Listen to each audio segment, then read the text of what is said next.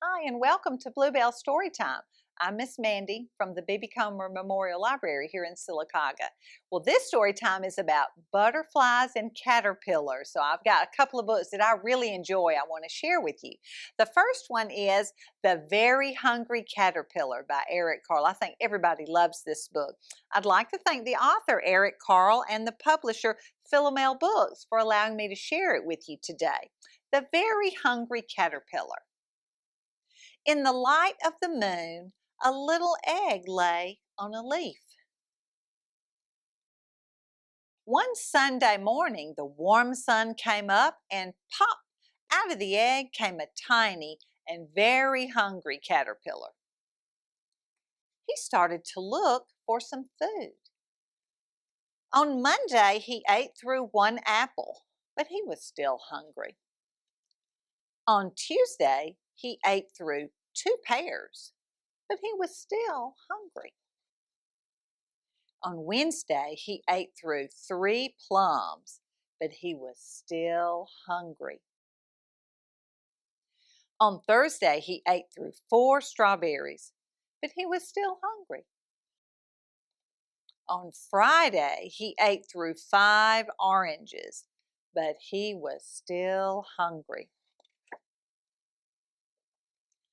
On Saturday, he ate through 1 piece of chocolate cake, 1 ice cream cone, 1 pickle, 1 slice of Swiss cheese, 1 slice of salami, 1 lollipop, 1 piece of cherry pie, 1 sausage, 1 cupcake, and 1 slice of watermelon.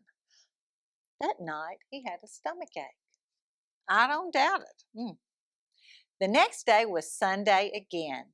The caterpillar ate through 1 nice green leaf, and after that he felt much better. Now he wasn't hungry anymore, and he wasn't a little caterpillar anymore. He was a big, fat caterpillar.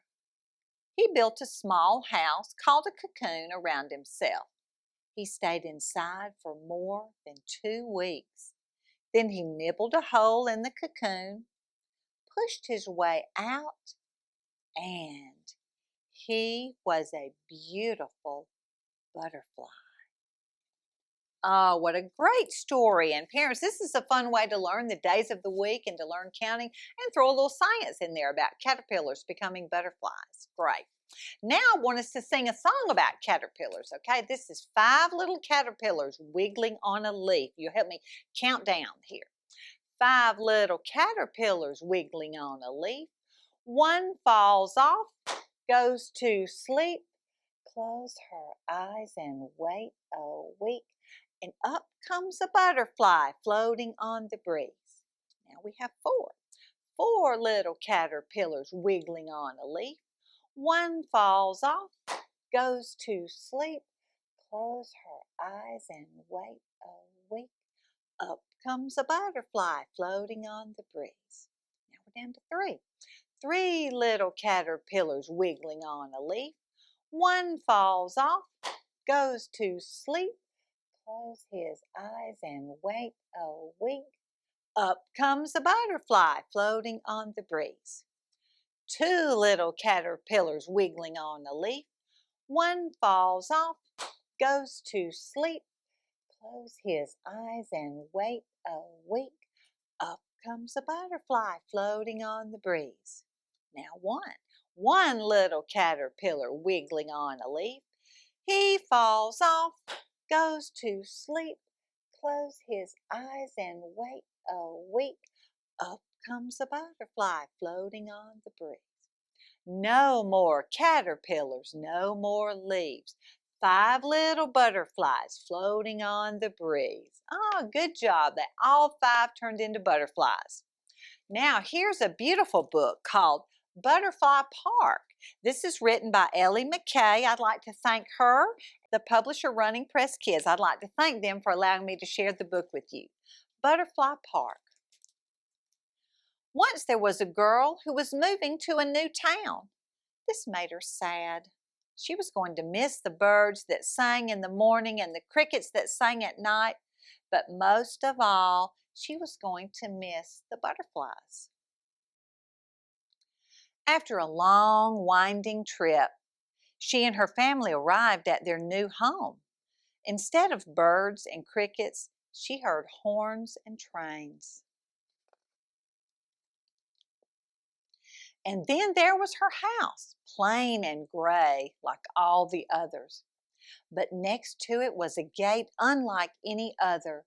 The girl repeated the letters, and suddenly she felt very lucky. The letters say Butterfly Park.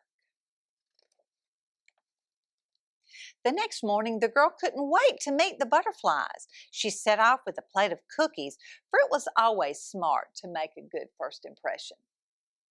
But when she opened the gate to Butterfly Park, she didn't see a butterfly anywhere. The girl waited and waited, had a cookie, and waited some more. Finally, she saw one, though it was in her neighbor's yard. The girl knocked on their door and asked a boy if he would help her catch the butterfly. He agreed and knew how to reach way up high. Together, they caught the butterfly and took it to Butterfly Park. But up, and away it flew over the gate. They needed more help if they were going to bring butterflies to Butterfly Park. So they knocked and knocked on all the neighbors' doors. The children were happy to help. They swung their nets and caught a few, but when they took them to Butterfly Park, up, and away the butterflies flew. Except for one.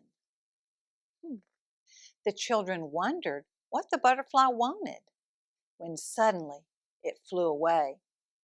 The girls and boys dropped their nets and followed the butterfly. It took them up and down and through the town. Curiosity grew.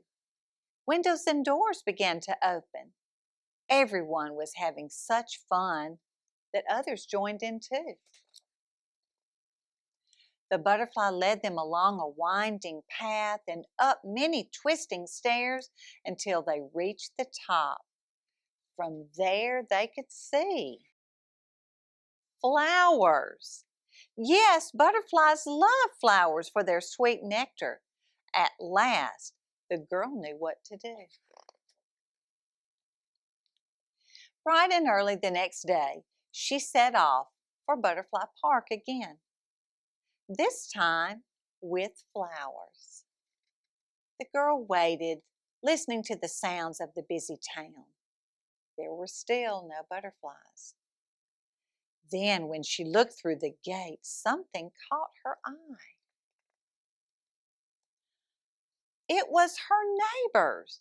They arrived with boots and gnomes and wagons. They brought trowels and dirt and shovels. They showed her that plants need roots to grow. Together, everyone planted until the park was brimming with flowers and laughter. And sure enough, in time, the butterflies came, and the girl not only felt lucky, she also felt right at home. All right, maybe you can look around in your yard or your neighborhood for flowers and see if you can find some butterflies. Thank you for joining me at Storytime today.